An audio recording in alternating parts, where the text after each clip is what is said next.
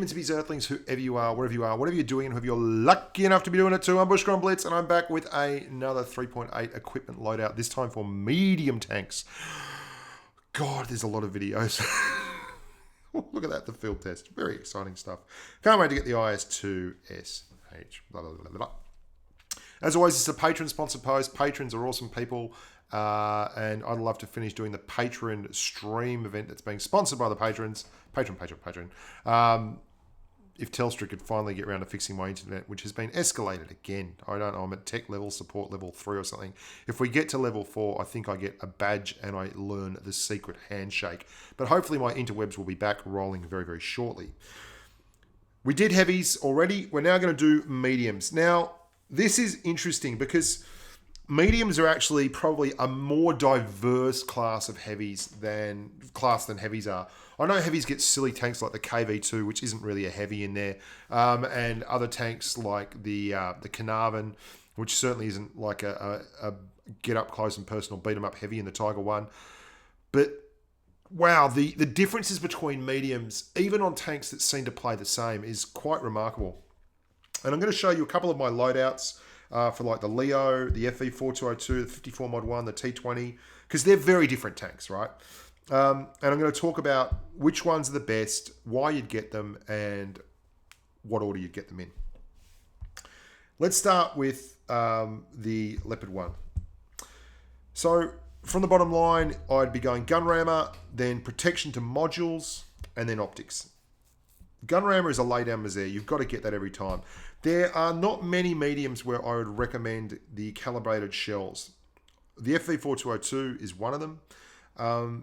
Because although 7% more DPM is pretty freaking amazing, most of the mediums you get already have enough penetration. We had a medium nerf at 9 and 10, right? They nerfed the penetration on a lot of these tanks. And with good reason, because if this equipment system had been introduced and you had had the old levels of penetration on the medium tanks, you would have ended up with just obscene numbers of penetration on tanks like the 62A, the Leopard 1 and such, where they were just able to absolutely get through everything like butter without switching up to AP, to premium ammunition. As it is, I think this is a really good change. The rate of fire on these mediums is where your bang for your buck is nowadays, 7%. That's good. FV4202, I actually went with the penetration because the FV4202 has HESH. Now, HESH, if you're not afraid to spend the money on premium ammunition HESH, goes up to 220 millimeters of penetration on your HESH rounds. HESH rounds, which is this big nasty here, does a cubic buttload of damage, a lot more than the 350 alpha that you get on your standard APCR rounds of the L7A1. You actually end up with 440 average alpha on your HESH when you get a full pen. And getting up to 220 will make a whole lot more tanks accessible for HESH love. A lot more of the big guys who have lower glacis and such that can't be penned with standard HESH will then have to be quivering in their boots when you get the extra 10 millimeters of pen on that. And you also go back up to 268 millimeters of pen on your APCR, which is pretty freaking strong if you ask me. And you get 110 millimeters of pen on your standard HESH rounds. Very, very nice. I move on. So back to the Leo 1. So I'd go that gun rammer. The modules one is interesting. I would always choose this, even more so on tanks that are lightly armored like the Leo, because basically, well, if you lose your ammo rack or you get set on fire or, you know, your gun gets hit or your reticle, your optics and all that get hit, you are so less effective. It's neither here nor there. Look, it's very close for me on lightly armored mediums. But on the rest of them, I'd always go with protected modules. It's just much easier. Specializations, always optics. Optics. Get optics on every single tank you own, in my opinion. Now, this is where it gets interesting because mediums are very, very different. On the second row, the first one I would get would probably be the enhanced armor. 5% to hull armor might seem like a joke when you're driving a tank like a Leopard 1, but here's the rub. A lot of TDs are not going to go with more penetration because penetration is not something they need a lot of. They are going to go with the damage per minute number of gun rammer. Your side armor and such is 35 millimeters. Slightly angled, and their front arm is 70. Slightly angled and all that kind of thing. You might be able to get it up with the 5% armor thing to the point where you are not an auto pen on a high explosive round for a big TD. Now, if we have a quick squeeze at a tier 10 TD, like the T110E4, and we look at his penetration numbers, you can see his high explosive is 90 millimeters worth of pen. If you are running the good old Leopard 1 and you are running around with 70 millimeters of frontal armor, I'll show you here.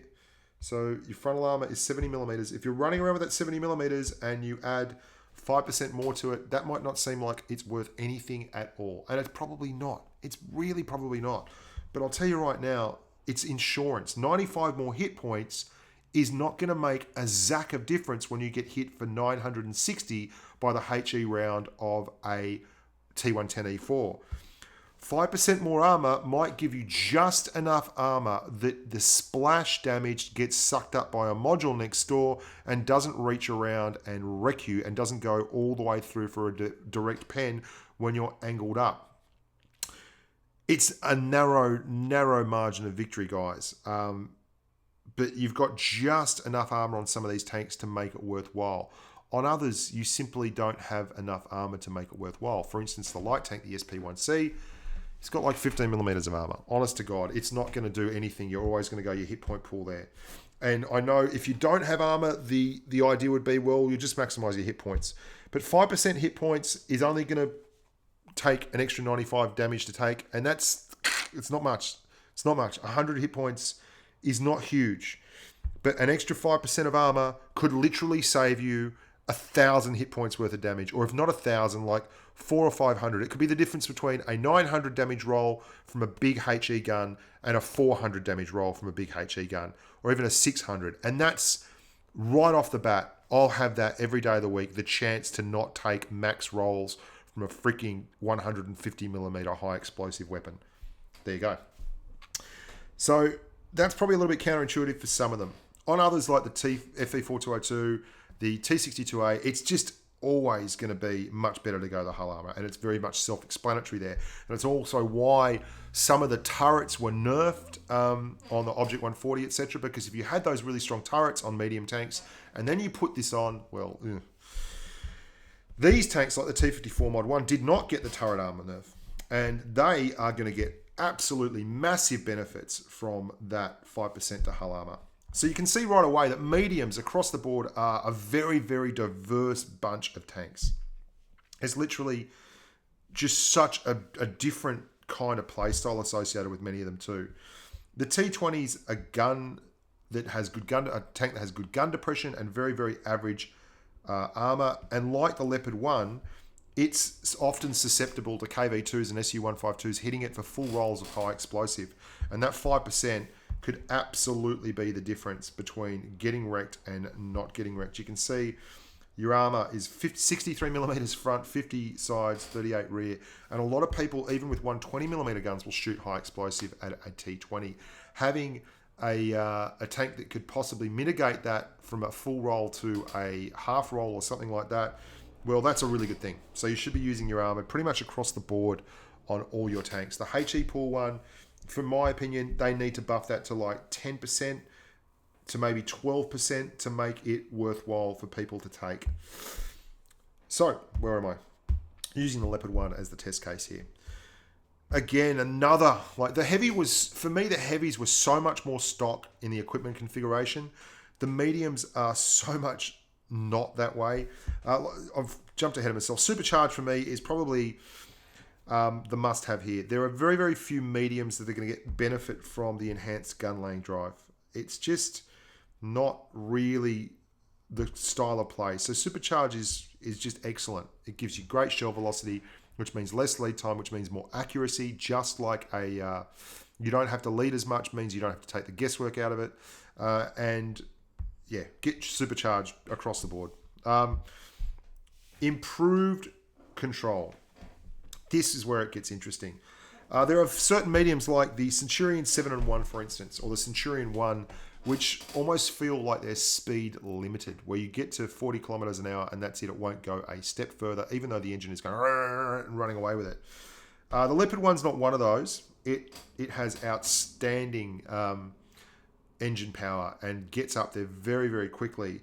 But you've also got an absolute meltdown worth of traverse. So this is going to be play style dictated. You already have great traverse numbers across the board on these mediums, nearly across the board. And a tank like the Leopard 1, look, I'm leaning towards engine accelerator on my lights and meds. Not all of them, but most of them. The traverse numbers are brilliant, but some tanks already have excellent traverse, right? Where's that 54 mod 1 buggered off to? Russian, medium, there we go. 54 mod 1 has pretty good traverse speed, 70 degrees if you give it the buff, but it has a very sluggish top end. It gets there very slowly. So 7% traverse to the mod 1. I mean, the mod 1's been a huge... If you've got a T59 or a T54 mod 1, they've had huge benefits from this patch. I mean, Russian is good, really. Hey, so you've got much better accuracy in your weaponry with that supercharge. You have 5% Tull and Hurried armor, and you already had strong Hull and turret armor, which means that you are even tankier than before. And your biggest deficiency was your ability to accelerate. Like, they've got really sluggish acceleration. And that is an absolute godsend, getting up there quicker, because they're mobile enough once they get moving, no problems at all. But getting up there quicker is bloody brilliant. The other thing that's going to be, I mean, this is again with mediums, very, very diverse. Top tier mediums are great. They've got great DPM. Tier 7 mediums are great. They've got massive DPM. Tier 9 mediums have big DPM. Tier 8 mediums, you take a nosedive straight down. For whatever reason, at Tier 8, they keep pumping out really good heavy tanks and marginalizing mediums that deal DPM for a living, which is interesting because it's not the case at 7, 9, or 10. That's where the medium DPM goes mad. But you've got less DPM on mediums at Tier 8 than you do on medium tanks like the Comet at Tier 7. It's just a fact of life. Basically, your stock configuration is going to be at this second tier, supercharge, enhanced armor, and then you get to choose either improved control for tanks that have excellent acceleration, or engine accelerator for tanks that have sluggish acceleration. That's just all there is to it. That's going to be your biggest variable here. So really the most variable things we've had so far have been the improved control, the second tier of specialization, the gun rammer down the bottom there, and that's it. Moving on to the top tier, vertical stabilizer. For me, that's got to be the gun. Like, it's got to be that. There are some tanks where I can see you would go refined gun, and I'm talking about mediums that are specifically snipers. I'd very, very much like to try a build where I run refined gun, calibrated shells, supercharger, and I think I'm going to run this on my FV4202 and just see how that goes. I'd nearly always opt for vertical stabilizer, but I don't really brawl in the FV4202 very often. And when I do, it's against tanks where they are so poor at brawling, or they are so poor in terms of mobility, that the V-stab just doesn't really make the difference. And I really want to maximize my accuracy at range, my speed of shell velocity, and my penetration values. And if you're doing that, if you're running a sniper medium, like, straight down that line is a great way to go. Second side of combat power all the way if you're maxing out your sniping skills. But for everything else, I would seriously recommend, if you're a medium that's going to have some utility about you, where you're going to have to do a lot of brawling, where you're going to have to bounce shots in the armor profile like a T54 or an Object 140 or a 62A or a T59 or even a T54 Mod 1 or an M48 pattern using gun depression to shoot over hills, 5% to armor and all that's going to help you a lot too. But this is your stock configuration. You're going to need a gun rammer, you're going to need supercharge, and you're going to use vertical stabilizer. There you go. Very, very straightforward. And I would get that out of the top line every single time first. Every single time, right? That is the most important thing you can get out of that top row. And then Toolbox, it's self-explanatory. I've talked about it before. It helps you with so many things. It just does. You can get up to 60% worth of reduction in repair times across the board. So why wouldn't you? And then much different from heavies, I went with consumable delivery system of cooldown speed across the board. Mediums are very, very, very based around damage. Damage. Your DPM is higher than heavies for a reason. You've got great mobility. You've got excellent DPM.